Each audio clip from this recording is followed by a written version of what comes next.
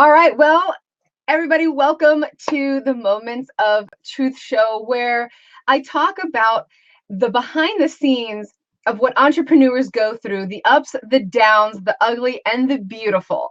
And I am your host.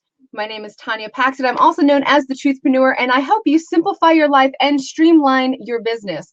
You know, over 15 years of business, I've learned a little thing or two about the ups and the downs and the things that we go through. And I started this show because I wanted to feature other entrepreneurs and business owners that go through those different ups and downs and encourage people that are watching going through the same things. It doesn't even matter that you're successful for 15 years or 20 years or 30 years or whatever, 6 figures or multi-million-dollar company. You are always going to have bigger issues, bigger problems as you get more successful. It just happens. The good thing is we have wisdom and knowledge on how to, because we have the experience on how to conquer these things. So today I have Olga Reinholdt with me. I'm really excited. She is actually a fitness and wellness coach, and as well as a life coach. And she has so many amazing things that she does, and that she really pours her heart into her business. But we're going to get to that towards the end, so you have to wait to get to that. And if you went ahead and signed up at Moments of Truth, theTruthpreneur.com, you actually can get a hold of her freebie, and you'll also see her interview replaying consistently for the rest of the week as well. So I just want to welcome you, Olga, and I want to just jump right in because that's how I am. So if you want to, before you get to your story, you want to tell us, just a little bit about yourself and exactly what you do. Sure. So my name is Olga Reinholdt. I am Russian, and I moved to the US fairly recently. And I would say that I am a fairly recent entrepreneur. So I'm more in a transition than somebody. I don't really call myself as accomplished. I am a life coach, and that's the complicated part. I used to be a fitness trainer, and now I'm a life coach. And it's not that I'm a fitness and wellness coach. Rather, I use fitness as a tool for life coaching. I know that sounds complicated, but if I continue talking about it, that will take the rest of the day. No, actually, it doesn't sound complicated at all. It's really amazing because, you found a passion that you really love. You love fitness, but you realize that in fitness, when people are seeking it out, in order for them to get that long-term health result, they really need to fix what's going on in their life. And a lot of people want to work on the outward, and they don't realize how much it is to work on the inward aspect of it all. And so, and I love your humbleness. At the same time, I know that, you have amazing things that you have gone through, and, just going through that place of success. And for me, success is every single day that, I've known people in business for 20, 30 years and are still not financially where they need to be, still not in any way, shape, or form, because they don't have clarity, or because, like what you teach, they don't have that healing in their life as well as their fitness aspects. So I love your, both aspects of that. So can you tell our audience that's listening, what was your moment of truth? When did you say, this is what I want to do? I want to run a business. It's very difficult to say when exactly I told that to myself, and it was way before I quit my corporate job. It pretty much felt like every day I was like, I want to do something else. I was very successful as a translator. I used to work in petroleum industry in Kazakhstan, which is very big. And I used to travel the world. I used to work with big CEOs in petroleum business, and some parts of it were quite exciting. But it kind of felt like the most exciting parts of them was something that was just exciting for me. I didn't feel like I created something for somebody else. And when I did something for somebody else, I felt like I'm just fulfilling some obligation, and it doesn't drive me at all. So it was like these two important aspects of being happy in what you do, is creating somebody for somebody else and being fulfilled, just didn't come together. It was either or. And I realized that life just doesn't work that way. You just cannot be happy if these two don't come together. So I wanted to do that for a while. And instead of quitting the job and becoming an entrepreneur, I was moving from job to job to job. Expecting that I will get what I'm looking for on another position, and learning that if you drag something inside of you, your own anchor, from place to place, you're not going to get anywhere. It doesn't matter how often you change your jobs. It doesn't matter how often you change your locations. If you carry that stuff, that luggage with you, and just continue being scared, continue being unsure, continue not trusting the future, you're not going to get far. So I quit. And I quit under just circumstances. I got pregnant. I worked at a hazardous site. So I just decided that I should better quit. And I use that as an excuse to start my own thing. And it's pathetic to think about that now. Like, I really needed excuses to start it. But at that time, I felt like that excuse was just, I was so grasping to it. And I started as a freelance translator. So it's like, the only thing that I changed really was I came from being employed to being freelance. Same stuff. Otherwise, same thing. What excited me and what made value for like my clients and other people didn't come together.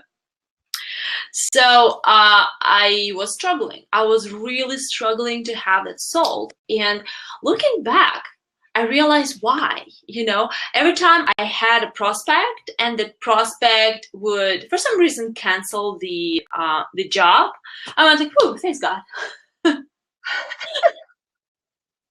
I think we've all been there where we have like a certain thing that happens and it's like, oh, thank God that happened. It's like, that you didn't have to do it. That is hilarious.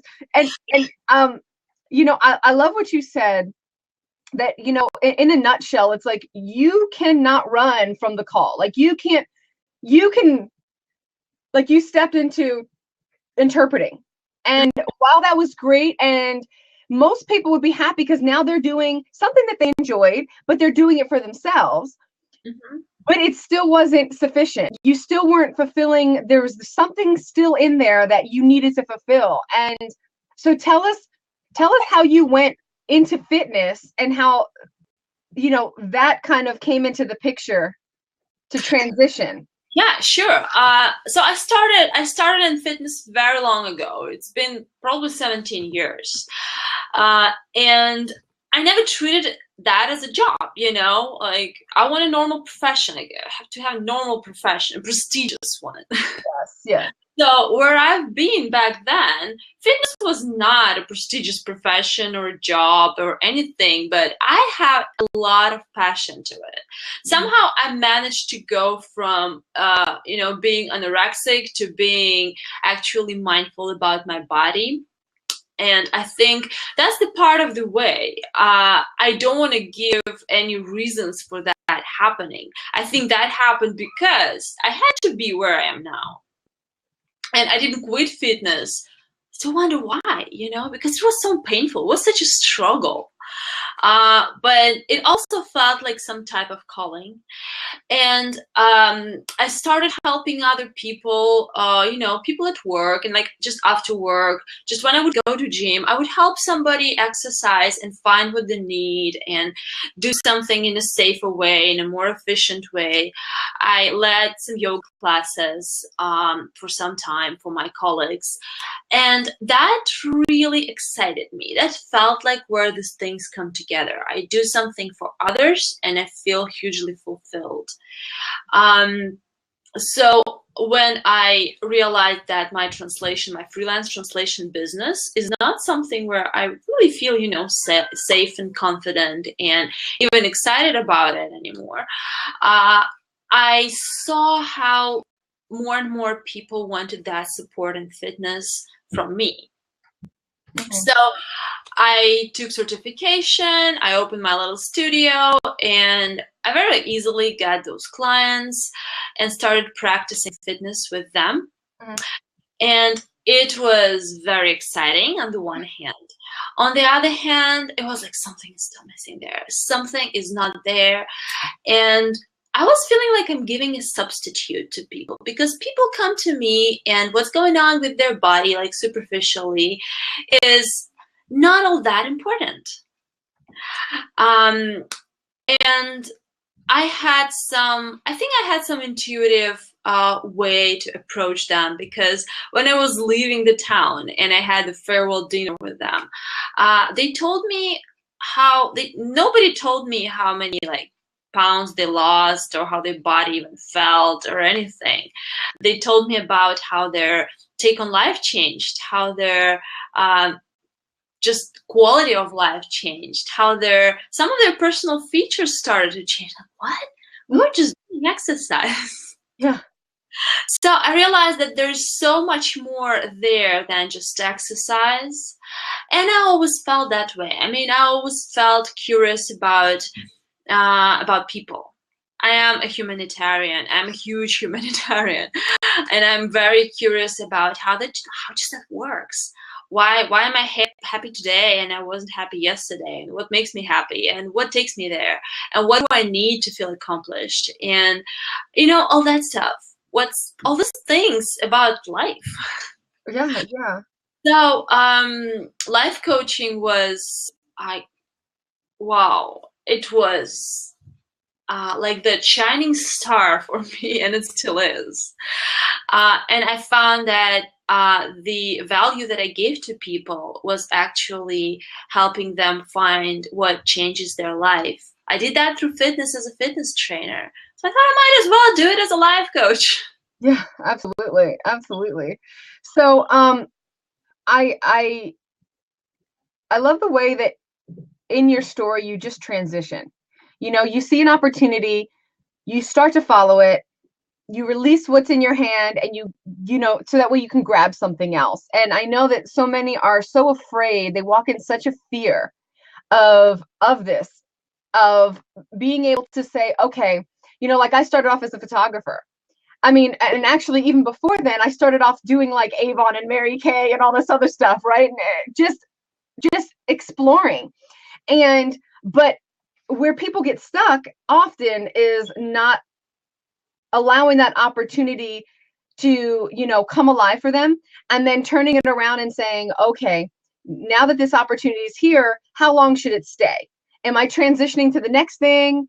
How is that flowing? So I love the fact that you really just allowed yourself to grow in, because I mean, from interpretation to even corporate America, that's totally different from life coaching and other things. But you had the one aspect right all the time, which is the people, right? you knew that was good. So can you mentioned about anorexia? Yeah. Yeah. Can you tell me how that was overcoming that? And do you ever think about that or fall back when you are working in the fitness arena and helping people in that? That's an interesting one, because that is something that I just overcame. Okay. And I didn't fall into the real anorexia, because I started having health issues. Ah. And I was just like, whoa, I'm going the wrong way. Awesome. Okay. It just, that health issue came right in time. And this is a very good example, by the way, how a problem is not really a problem. It really is an opportunity to not go further where you really shouldn't go. Mm-hmm. And where, that's not the way for you. And saying how, like, how I transitioned without fear and letting go is not true.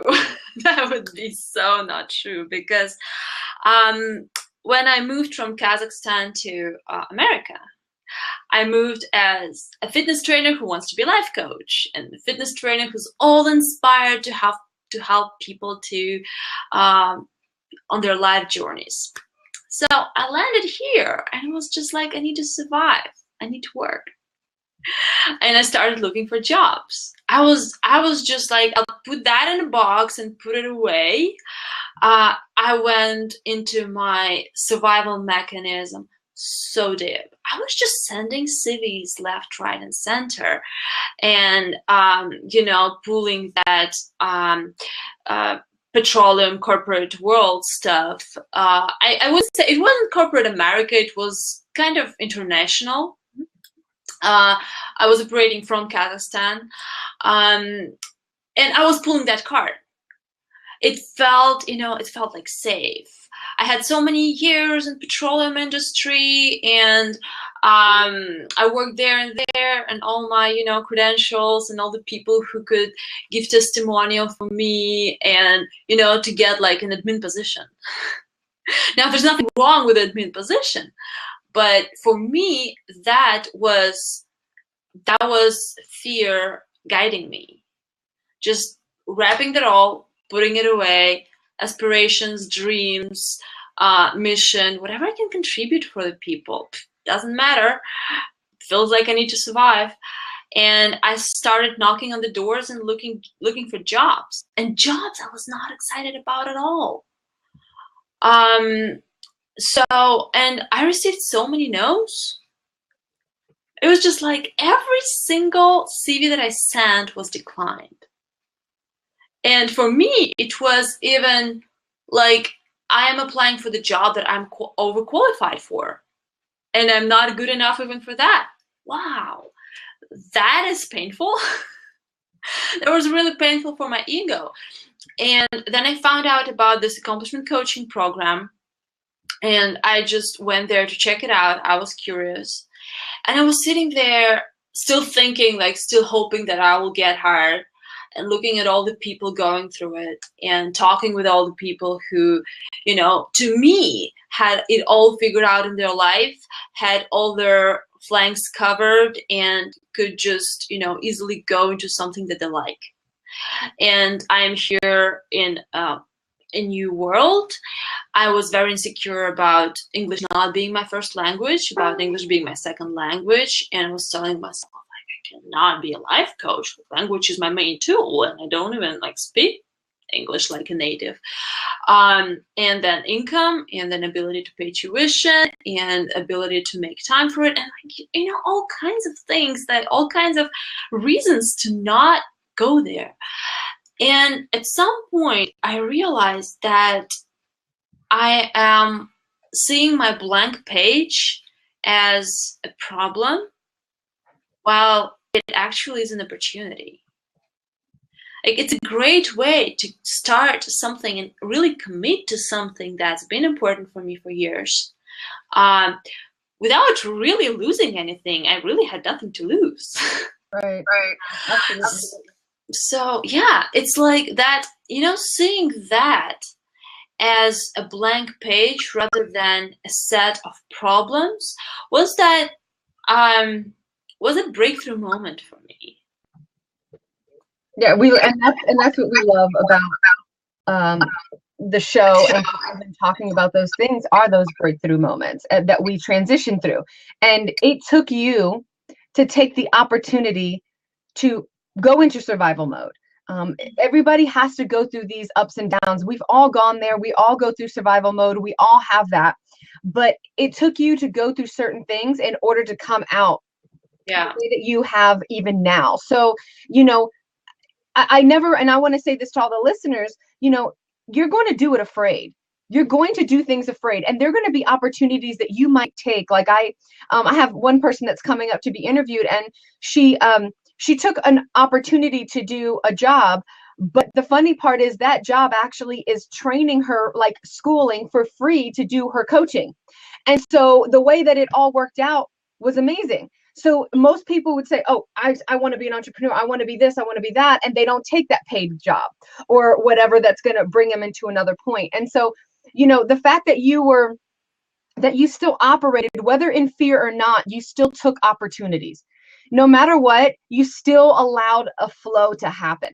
Um, and you might have your days, your bad days, your good days. But all in all, looking at how you've come to where you are now, it only came through you yielding to opportunities and saying, you know what, this is going to be it. And then allowing those shifts to happen, like what you just said. You shifted and you said, okay, a blank page is a good thing. I'm excited about a blank page. And that means that you know, God could create anything in that blank page. So that's so powerful. And now you're being able to live out that blank page. And you know, so just an encouragement to others as well, to face that fear. And you're going to do a lot of things afraid. I'm a natural introvert. I don't like videos and interviews and TV and all that, but there's a greater purpose to it. And I realize the way that I function and the way that my personality is, that this is actually the best place for me to be. But did I want to do it? Not necessarily, no. But there is a pathway for every personality type to make money. There's a way that each person makes money. Some people do video, some people work in teams, some people are alone. There's strategies and ways for different, you know, for different people. So I do appreciate you being so open with that transition that you went through. And on that positive note of saying I have a blank page, and that's great, because there's been many times, even after 10 years of business, I've had a blank page. Not to negate any of the experience. Your experience and your value is still the same. It's just you're starting a new journey in your life. And so we naturally will go through our blank page moments, and we have to look at it as not an ego thing like, oh my gosh, I suck, but you know, more of like, okay, new transition, learn new things. I'm excited. So I wanted to definitely, I wanted to ask you, I know that individuals sometimes might not fully understand the difference between like life coaching. Business coaching is pretty obvious, right? So when you're actually doing life coaching, are you coaching towards entrepreneurs and business owners, or are you available for everybody? That is a great question. That is a great question, because to me, it doesn't matter what they do with it. It really doesn't matter, like, if they want to take what we work with to their business or to their family or to their sports or to their hobby. Okay. Like, I wouldn't even ask. Or if we use that, you know, project, that would be just, it would be just a easier way to grasp what we're talking about. And it can be a minor thing. The major thing happens in the root of it all. And we pretty much address the root of it all. So I had that opportunity, like, I saw that when I was still a fitness trainer. I started working on coaching, and I started working on that mindset when I realized that I need to help people get motivated to work out. And you know, the classic way, the conventional way of motivating people, that's not right. That looks more like manipulation. Manipulation is not motivation. That's like, it's different. It may disguise itself as motivation, but it's not. So I started looking into that. And I realized that once I learned to motivate people to work out, they get motivated to many other areas of their lives. Very true. We work on the very root of their motivation, or on the very root of their resistance. So we work on that. We work on that internal shift. Yeah. And where they take it, they can take it, it can show in very unexpected places. I had a client who I did, like, I coached her with her nutrition problem. And we ended up finding, like, that being the reason of her many other problems in life. I had a client who came to me with a problem in the business. And when we addressed that root of a problem, like she reported that she actually lost weight because she didn't need to eat sweet things anymore. She felt fulfilled about it. So it's great how these things work, and I really don't care where they take it. I love how you say that, because the truth is, it is so refreshing to be able to pin the dots. You know, I was having a lot of issues, foggy brain, fatigue, and I was getting discouraged that it was, you know, maybe like, you know, me not being as proficient or productive in business, or you know, other things, because I was sitting there and I would kind of zone out, or I would just get tired, and a lot of things, right? And I wanted to learn more, but yet I'm so overwhelmed. And then come to find out, it was a simple health shift. It was, I needed to detox the toxins in my body, and I needed to eat for my blood type, and I needed to do certain things. And with that transition and taking certain vitamins and putting those daily activities, it transformed my whole existence, my whole life. And that's why even with clarity and productivity, I always talk, one of the foundational things I talk about is health. And I bring other coaches in and things like that to speak about meal plans and eating, because, you know, especially doing your business online, it could be really rough. You know, you're not running around as much, and you're not going out and functioning. And so it's like one of these things where sometimes, you know, I love what you do, because you're helping people say, okay, what is the root cause of this? Because most people might think that that's not a root cause. Oh, you're saying that because I eat you know, this, and it's not good for my blood type, you mean that I'm not focused, or I can't do this, or I can't retain information the way that I should? And it's like, yeah, it's the truth. And so I really like that part, because I found through even my issues, that, and overcoming a lot of those things, it was phenomenal. I mean, it was like borderline with the toxins and just detoxing. It was like borderline. I had thyroid issues. I had just the mental fog in the brain, and liver issues. My liver wasn't cleansing and doing what it needed to do. And in return, I was like borderline diabetic. I would have you know, drops in my sugar, and go. It was crazy. And it all was because of, you know, the detox and the things like that. But I looked at my main problem was something different, entrepreneurship or family or something else. And it's so funny how, you know, you're just explaining that, because it triggered that in me. Like, yeah, that is so true. Yeah. You know, you're going to go through things. Yeah. And the misconception there could be that I need to do more about my studies. I need to buy more books. I need to subscribe to more courses. Yes. Get deeper and deeper into the, you know, put the problem itself deeper. And I would even take it further. You know, the like the health issues and the way that you take care of your health is in its turn just a symptom of that self-care.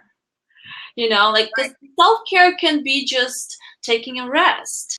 Sometimes it can be just like read a book that has nothing to do with your business, or connect with friends, or relax and have a wine or a beer. Sometimes that's the best way to take care of yourself.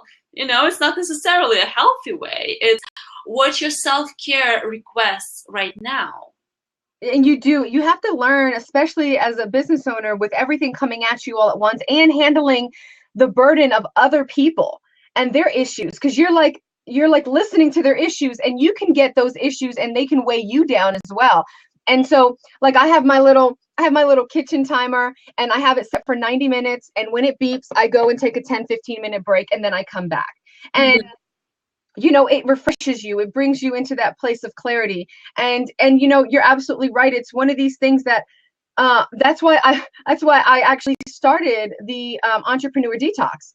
And which actually is launching in April, the next round. And so and going into my 7 days of clarity challenge, because it was one of those things where I just realized over my time in business that honestly, you don't need to buy the next, another program, another book, another this, another that. You just need focus and clarity on what you're doing and how to utilize what you already have. And that allowed me to say, okay, now what do I need for my next journey? Okay, who has the best program for that? Okay, I'm going to go ahead and get their program, and I'm going to stay on that program and utilize and implement it for the rest of the year. Mm-hmm. People feel like they miss things, you know? Yeah. And so it's funny. I love it really does go very, very hand in hand, you know, with what we both do. So now my last question for you is this. Before we talk about your program and what you have, is when it comes to the business aspect and what you needed to do to overcome the fear, the failure that you thought you had in your eyes, these things, I want to know what you did to be able to conquer, not necessarily what you recommend people to do, but really what you did. And I want to know necessarily what you did, because we tend to recommend things to people off of our experiences and kind of what happened. But I like to expose the nitty gritty of the back end of the truth about what people, it's not as simple sometimes as, oh, okay, this, 1, 2, 3, right? You went through the frustration. You went through, I'm sure, the crying and the feeling irrelevant, or you felt like, oh my gosh, I want to do this passion, but I don't feel like I can. I have to survive. So what did you do? Like, give me like 3 things that you did that you noticed. Yeah, well, the first thing would be when we talk about overcoming, I actually don't like saying that I've overcame something. You know, like right now to me it feels like, well, the party's over. I take it this is one of the things that is feels like a breakthrough, is not being attached to that overcome it result, be on the other side of, you know, the crisis of the breakthrough. It's have it in front of you and be okay with that. Be okay that it's coming. Be okay that you're not there yet. This is a very important, it's a very important one for me. Like, don't attach to be accomplished. Don't attach to be right. Don't attach to be, again, it sounds like I'm recommending it, but I'm not. That's what I'm saying to myself. Like, don't attach to be over it. You know, take everything you can from being in the process. Yeah. You'll get over it eventually. But the most precious stuff comes from the journey. Yeah. One thing. Another thing that I did is I reached out. I reached out to my husband. I reached out to my mom. I reached out to people that I know. I reached out to my leaders and my team. You know, like openly. Showing that vulnerability was and still is a very important tool to me, you know, like allowing yourself to be vulnerable, not just in my own eyes, but in the eyes of others. Nothing wrong with that. Yeah, absolutely. Absolutely. I so appreciate that. That is so amazing, because yes, you need to enjoy the process. You can rejoice in victory. You can rejoice that things are over. But I love, yeah, you know, I always say, don't attach yourself to an outcome. You know, because your victory, your thought of what victory is might not be the victory that really what's in store for you. You might say, okay, I'm through this and I'm victorious, but at the same time, this is not really what I thought it would be. I thought I'd be further along, or I thought whatever. And so you attach yourself to that outcome, and it can be devastating when you don't get it, you know. And so you can set the bar, but make sure that, yeah, you're not attached to that. And so enjoy the process. And I love it, because when I don't reach something, I get to look at the process of it, and I get to see I love strategy, so I get to see what else I could do to make it better. And then the next go around, it's like, wow. Like the first time I ever launched a product, it was like, okay, a couple people went through it, didn't hear much. Then the next time it got better. Then the next time it got better, and these things happen. But if I would have said, okay, I'm done, forget it, Mm-hmm.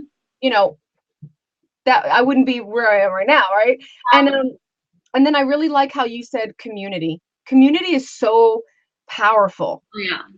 That you reached out and that you were able to say, okay, I'm humble enough to say I can't do this, or I'm struggling with this, or I need help with this, or can you just strategize and help me with this? I notice a lot of entrepreneurs really build by themselves. They don't have mastermind groups. That's why I'm so passionate about with the Entrepreneur Detox, to have that mastermind group. Because that is when a lot of your breakthroughs happen, when you're, iron sharpens iron, right? When you're talking to each other in a simple way, and then it's like, oh my gosh, that's it. And sometimes it's just talking it out. And that's why I love the value of a mastermind group and the private Facebook groups and getting those interacting and stuff. So I really enjoy your tips, and they're very, very important. Very, very important. Third one. Oh yeah, that's right. 3. Go for it. Yeah, and the third one, I got it from my leader, Mark Hunter. He's the leader coach on the program that I'm taking, and he speaks of problems as gaps. Okay. And it's the great idea is that what we do, like what I do, I really don't have to do that. I mean, I'm okay. I can take a job. I can just be a housewife, and I'm okay. We create problems, but if we take them not as problems but as gaps, we look at the ways to fill them in, and like build that bridge and walk on it. He gives a great example of aviation engineering. Like people who are okay without planes, nobody complained, Right.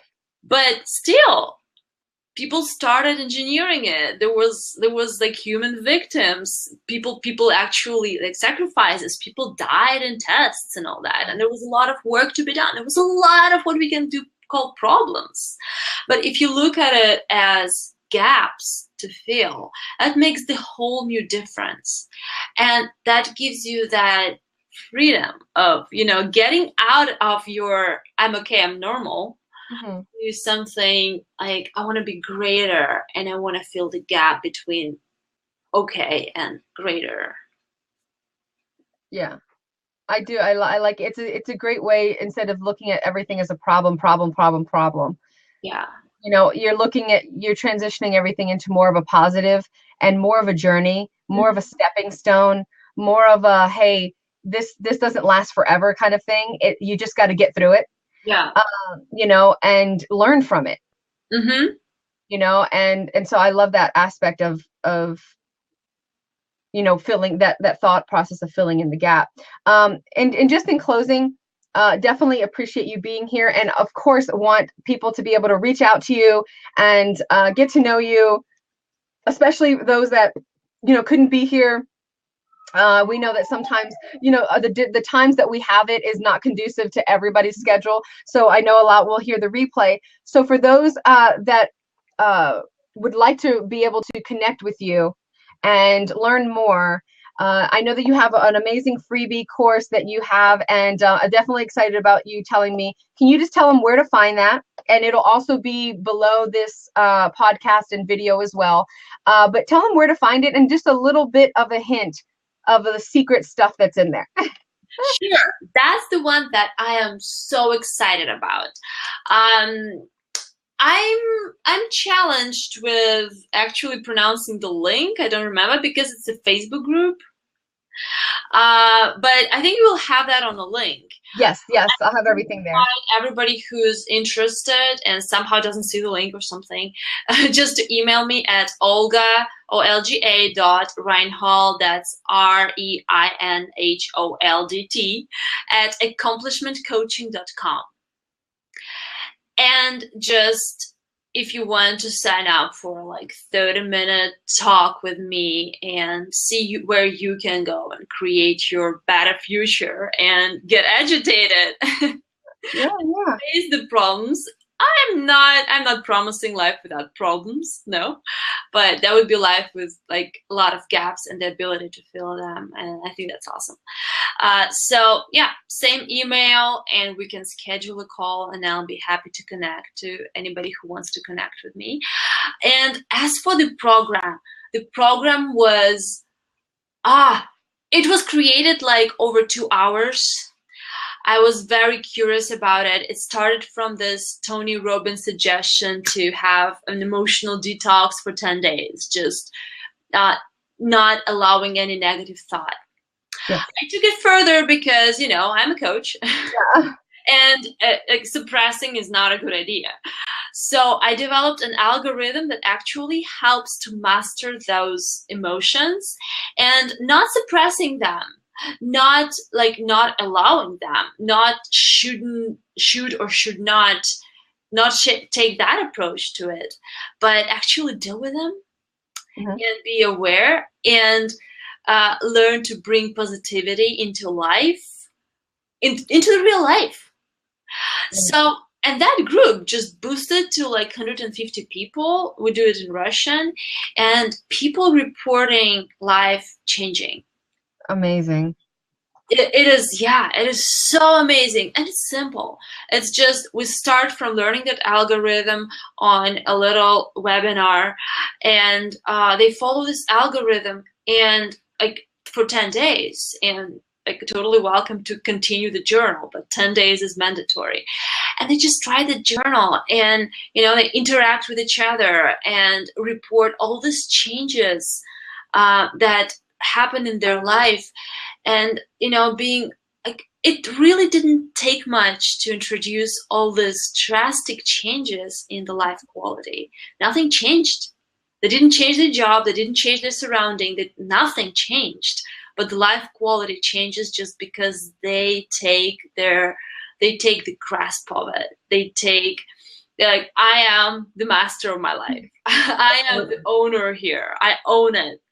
And it's amazing. So that program is running in Russian, and I want to run it in English too. Awesome. We have a webinar scheduled for the first days of March. I don't remember the date exactly. It's in the group. And we're gathering the group now during March, and we will start a webinar, and we will start the game after the webinar. And it's just a game. You just play. There's just like awesome. There's no more commitment to it. But the results are great. The results are amazing. And I just really want more and more people to see those results. And it doesn't matter who you are. It doesn't matter if you're an entrepreneur, if you're a leader, if you're depressed, or if you're on the highest heights of your success. It doesn't matter. I mean, it's called conscious positivity, and it speaks for itself. It's not imposed positivity. Like, I don't dance there, you know, like entertaining people and bringing in emotions. Not at all. I barely do anything there. I just, you know, command and encourage sometimes, yeah, but everything is created by the participants and for themselves. And that's the huge value of it. So I would really love to see you guys on the English project of the English part of the project. Absolutely, absolutely. And that again will definitely be anywhere that this podcast or video or anything like that is. We'll make sure that that is attached to it.